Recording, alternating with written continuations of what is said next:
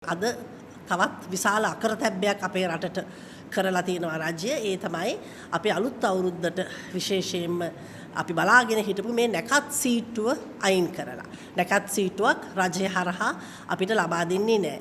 ඇත්තටම අදහා ගන්න බැරුව ගියා. මෙයත් අපිට මේ තරම් දුරට රජය මේ සිංහල බෞද්ධයන්ට බයද කියලා.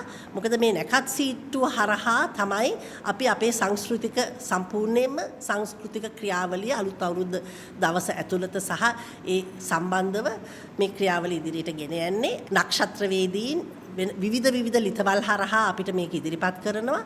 නමුත් රජය හරහා එකම වේලාවකට එකම නැකතකට අපේ මේ සිංහල සහ හින්දු අලුත් අවුරුද්දට කරන චාරිත්‍රය කිරීම අත්‍යවශ්‍ය නිසා තමයි රජය හරහා අපිට රජයෙන්ම නැකත් සීට්ටුව ලබා දෙන්නේ. මේ ඉතාමත්ම අත්‍යවශ්‍යයි. මොකද අපේ මේ සංස්කෘතික ක්‍රියාවලිය මේ සංස්කෘතික ක්‍රියාවලිය එකම වේලාවේ කරන එකෙහි තමයි අපි විශ්වාස කරනවා.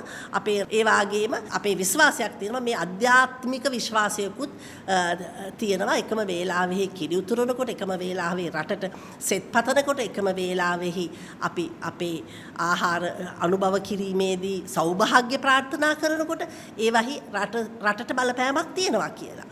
ඉතින් මේ සංස්කෘතික දෙපාර්තමේන්තුව අපි ඉතාමත්ම තදින් හෙලා දකිනවා මේ ක්‍රියාවලිය වළක්වාලීම සඳහා නැකත් සීට්ටුව ඉදිරිපත් නොකිරීම. ඇත්තටම මේ සිංහල බෞද්ධයට බයද මේ තරම්? අපේ සංස්කෘතියෙහි ප්‍රධානම සංස්කෘතික මංගල්‍ය අලුත් අවුරුද්දත් අපිට ඉදිරියට කරගෙන යෑමට හානි වන විදිහේ ක්‍රියාවලියන් ඔවුන් ගැනීම හරහා